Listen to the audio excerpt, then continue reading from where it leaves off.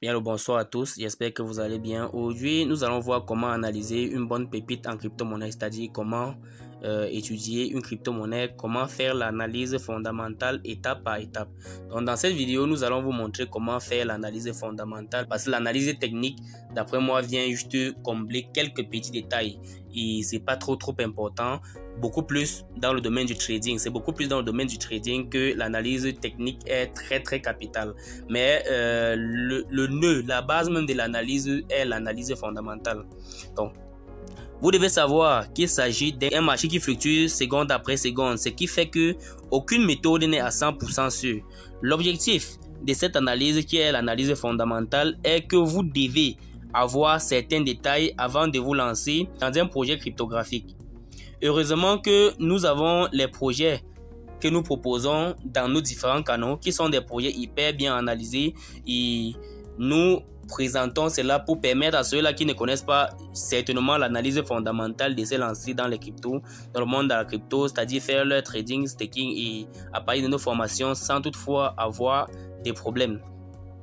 Vous devez également savoir que nous ne sommes pas des magiciens, nous pouvons également nous tromper, mais ce qui est sûr, vous devez savoir que le choix que nous faisons est extrêmement difficile car nous mettons ce qu'il faut pour faire des choix de crypto-monnaies. Sachez également que nous ne vous conseillons pas d'investir ou bien de vous lancer dans les crypto-monnaies. Nous avons essayé et avons eu des résultats très bons et c'est pour ça que nous vous conseillons, nous voulons partager avec vous. Donc voilà un peu le nœud de la chose. Nous avons vraiment essayé les crypto-monnaies. Nous avons raté aussi beaucoup d'autres pépites parce qu'à la base, on ne s'était pas formé. Et aujourd'hui, comme nous nous sommes formés, nous nous sommes rendus compte que pour vraiment avancer dans la crypto-monnaie, il faut bien analyser ces projets avant de s'y lancer parce que vous allez entrer dans certains projets et du jour au lendemain, vous allez vous rendre compte que ce sont des projets des mi-chemin qui vont mourir quelque part. Et quand un projet meurt, c'est pas pour dire que ça n'a pas donner de l'argent à certaines personnes. Pour toujours être à l'affût des bons projets cryptographiques et des informations et formations utiles, vous devez vous abonner sur cette chaîne, activer la cloche de notification, liker, partager pour ne rater aucune de nos prochaines vidéos. Donc, dans cette chaîne, nous parlons d'entrepreneuriat, nous parlons de community management, de leadership et de crypto-monnaies, d'où la nécessité de cette vidéo. Pour savoir si un projet est bon ou pas, la première des choses est d'aller sur CoinMarketCap ou sur CoinGecko. Ce sont ces plateformes-là qui permettent de présenter l'actualité et les informations relatives aux crypto-monnaies en réalité. À l'étape 1, nous devons, à travers CoinMarketCap ou CoinGecko, essayer de capter le market cap qui représente le nombre du token en circulation d'une crypto-monnaie multiplié par la valeur d'une pièce. Ça veut dire si nous avons une pièce qui coûte $50 et un market cap, c'est-à-dire le nombre de circulations des pièces en circulation qui sont peut-être 19 millions, nous devons faire $50 fois 19 millions pour retrouver le market cap de la crypto-monnaie. Cette information permet de classer les crypto-monnaies parmi tant d'autres crypto-monnaies afin de déterminer son rang parmi les milliers de tokens. Nous savons que aujourd'hui, nous avons plus de 2500 crypto-monnaies et cela dit, nous devons être vraiment minutieux sur les cryptos dans lesquels on veut investir. Nous devons vraiment être minutieux sur les projets. Après avoir vérifié cela, nous devons vérifier ce qu'on appelle la watched list, qui est cette liste de visibilité ou bien des choix que chaque personne, quand un projet est important, cette personne-là essaye de cocher ou bien de marquer pour que peut-être s'il y a un mouvement de prix ou un mouvement sur la monnaie, que cette personne-là soit notifiée aussitôt. Donc, la watched list permet souvent de déterminer le projet, un bon projet. Cela permet de déterminer la taille et la force du projet parce que plus le nombre de personnes adhèrent au projet ou bien suivaient un projet, ça veut dire que ce projet est assez intéressant. Plus les gens suivaient le projet, plus c'est intéressant. Vous devez prendre cette option également dans l'analyse fondamentale. Nous avons également le volume d'échange en 24 heures. Le volume d'échange en 24 heures permet de savoir si les gens s'intéressent réellement à la crypto-monnaie, s'ils achètent, s'ils vendent, s'il y a beaucoup de fluctuations au niveau des crypto-monnaies et la masse ou avec hésitation, si les gens ramassent la crypto-monnaie ou bien s'ils le font avec hésitation.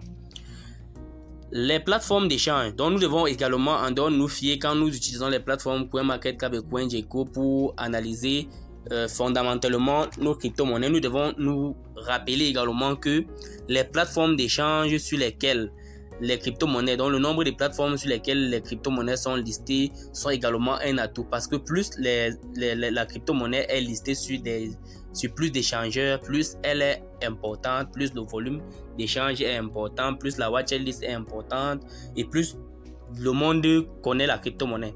Donc la force de la crypto-monnaie également dépend du volume en 24 heures et des plateformes sur lesquelles la crypto-monnaie en question est listée. Par la suite, vous devez regarder la population qui est derrière une crypto-monnaie, c'est-à-dire le nombre de détenteurs qui détiennent cette monnaie-là.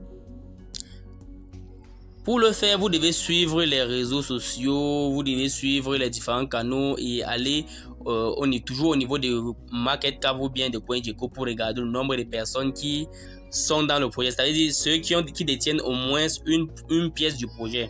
Donc, c'est cette liste-là qu'il faut prendre également en considération. Enfin, vous devez lire le livre blanc, c'est-à-dire le white paper du projet pour comprendre le pourquoi le projet existe, son fondement, ses fondateurs, ils sont connus, parce que nous savons tous qu'il y a certains projets où les fondateurs ne sont pas connus. Vous devez savoir que cela joue aussi un très grand rôle au niveau de l'analyse fondamentale, car s'il n'est pas connu, si les fondateurs ne sont pas connus, comme celui du Bitcoin, vous devez regarder d'autres aspects comme la tokenomique ou l'économie du token, le nombre de pièces disponibles ou en circulation, et beaucoup prendre en considération le livre blanc et la roadmap, c'est-à-dire les différents canaux ou bien transitions que vont prendre les grandes lignes de cette crypto-monnaie-là.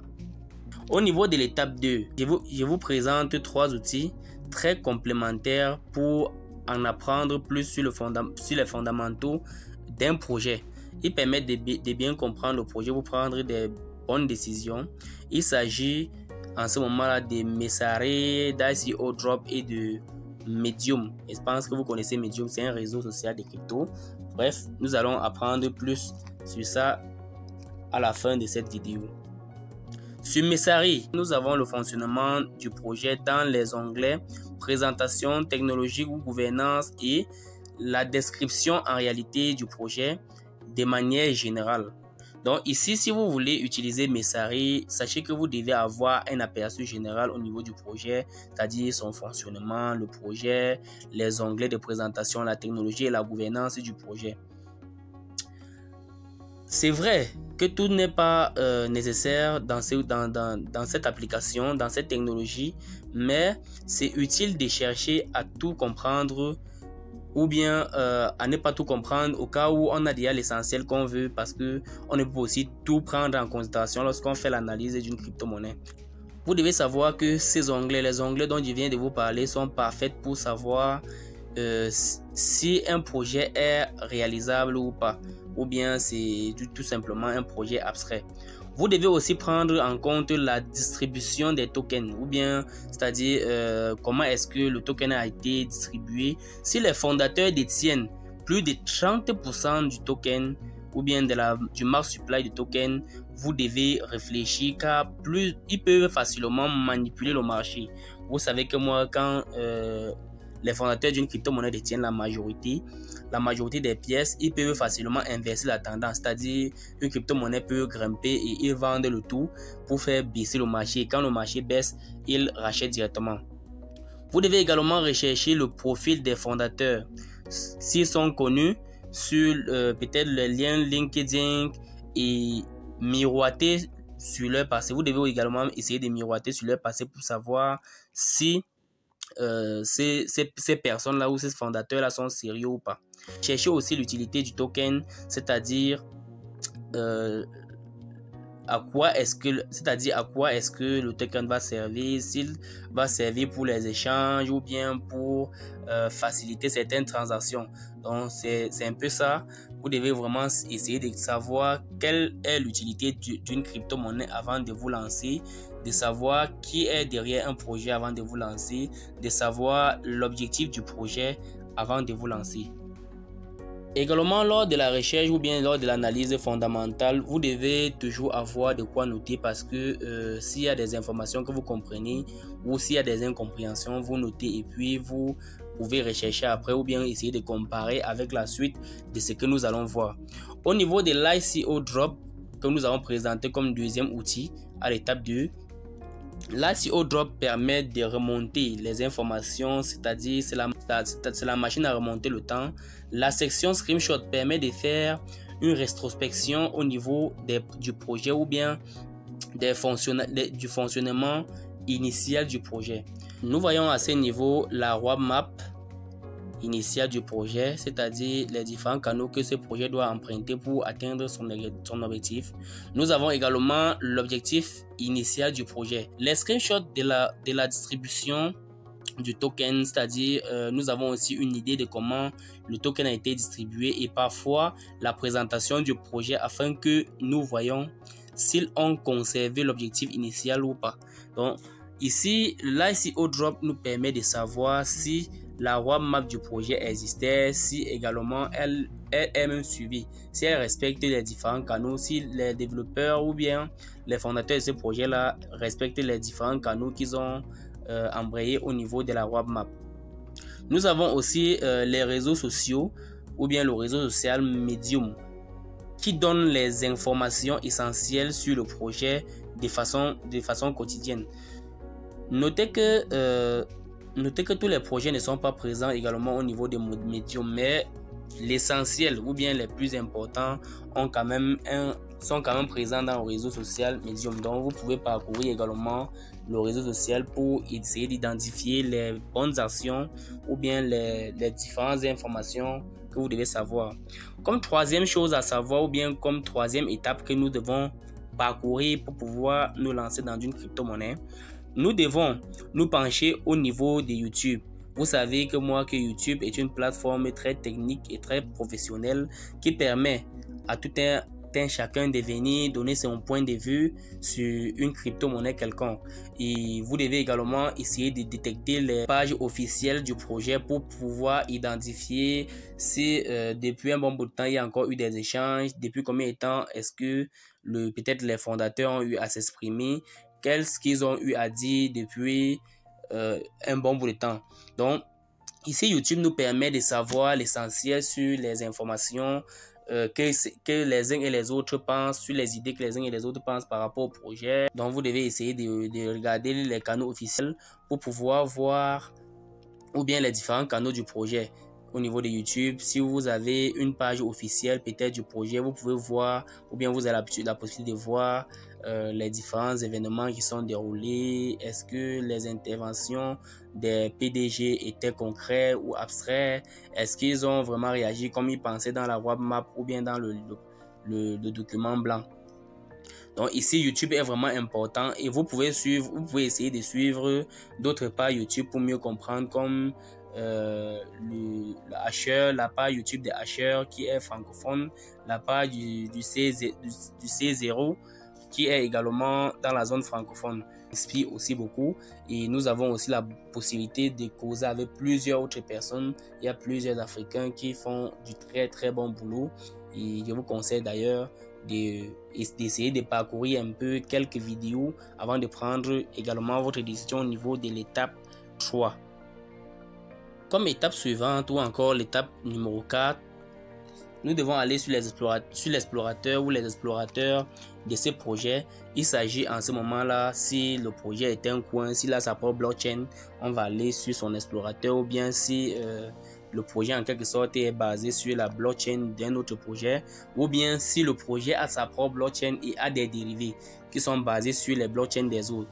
En ce moment, vous devez essayer d'accéder au niveau de cet explorateur ou navigateur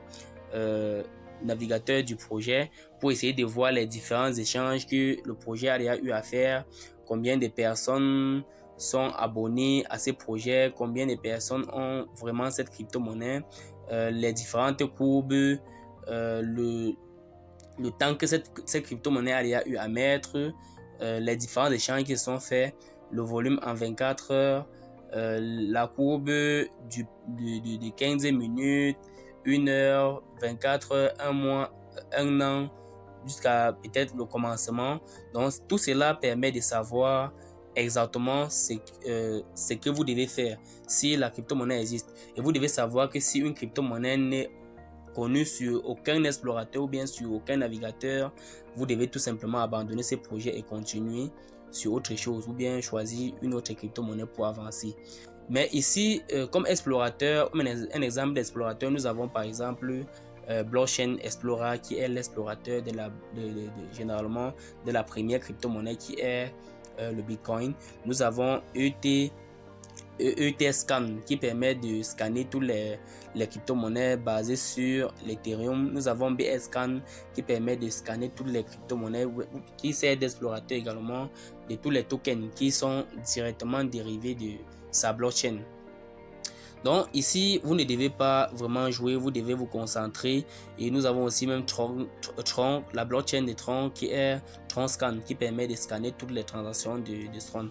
Donc ici, vraiment, vous devez aussi vous fier au cours de la crypto-monnaie. Vous devez vous fier au nombre de zéros qui sont derrière la crypto-monnaie, de la courbe comme je venais de le dire, et de son évolution avec le temps à travers toujours la courbe, parce que vous devez prendre la courbe en considération et utiliser peut-être les indices sur le temps, c'est-à-dire en 1 heure, vous devez mettre peut-être en 15 minutes, 1 heure, 2 heures, une journée, une semaine, 1 mois, 1 an et bien d'autres pour pouvoir savoir si la crypto-monnaie évolue de façon croissante ou décroissante. Ici, à travers d'autres canaux, vous devez vous lancer dans cette crypto-monnaie ou pas. Donc, enfin, ou encore à la dernière étape ou encore la 5e étape que nous utilisons, parce que nous, ici, nous vous présentons ce que nous avons l'habitude de faire au quotidien pour pouvoir identifier nos crypto-monnaies. Vous devez savoir que cette étape vous permettra de rechercher si l'idée du départ est restée, c'est-à-dire si à partir de Messari et des ICO Drop ou encore des Medium et d'autres recherches, si ils ont respecté, si les fondateurs ont respecté les objectifs de départ du projet, et au cas contraire, vous devez tout simplement oublier. Et au cas où ils ont changé peut-être certaines informations parmi les objectifs de départ, vous devez essayer de comprendre si au moins ça coordonne avec l'idée qu'ils ont eue au départ et si le projet tient. C'est ici que vous devez contrôler les différentes étapes de la roadmap pour voir s'ils suivent vraiment l'évolution de leur projet comme prévu. Si l'idée du départ est changée, cherchez à savoir pourquoi et avant le lancement, est-ce qu'ils ont modifié peut-être une telle chose ou telle autre chose. Et dans cette étape, toutes vos recherches sont mises en confrontation afin de savoir, ou bien à travers le white paper, les réseaux sociaux, les sites web et l'explorateur du projet pour savoir si vraiment vous devez vous lancer ou pas. Donc après avoir eu raison de votre recherche, en ce moment là vous pouvez essayer de décider si vous allez vous lancer ou bien investir ou pas. Donc ici vous devez vraiment prendre cette étape au sérieux parce que ça essaie de contrôler à peu près tout ce que vous avez eu à parcourir. Est-ce que quelque chose a été concrétisé? Est-ce que les fondateurs ont suivi le projet? Est-ce que la roadmap a été respectée? Et en ce moment vous pouvez décider de vous lancer en réalité dans ce projet. Vous devez également savoir que vous pouvez également prendre quelques informations au niveau de l'analyse technique, mais comme je vous l'ai dit, ici l'analyse fondamentale est beaucoup plus parfaite pour nous et nous pensons que l'analyse technique est beaucoup plus pour le trading. Je ne fais que le répéter pour que vous essayiez de comprendre pourquoi est-ce que dans l'analyse de la crypto, on a seulement précisé analyse fondamentale sans toutefois parler de l'analyse technique. Mais pour ceux-là qui souhaitent vraiment faire également l'analyse technique, vous pouvez utiliser les outils ou les indicateurs comme TradingView, qui est une plateforme qui permet vraiment de bien faire l'analyse de façon claire et détaillée au niveau de l'analyse technique. Donc, mais sinon, pour moi, je ne vois pas trop l'utilité si ce n'est pas uniquement pour faire le trading. Si vous voulez faire le staking ou le holding que nous prenons aussi beaucoup, vous devez vous fier beaucoup plus au niveau de l'analyse fondamentale. Donc, si cette vidéo vous a plu, si elle vous a intéressée, si elle vous a aidé à mieux comprendre comment faire l'analyse de vos crypto-monnaies avant de vous lancer dedans, de prendre des bonnes décisions, je vous demande tout simplement de nous soutenir à travers un like, en vous abonnant, en commentant et en partageant la vidéo pour nous permettre d'évoluer et de continuer à faire des vidéos pour vous prévenir d'autres choses.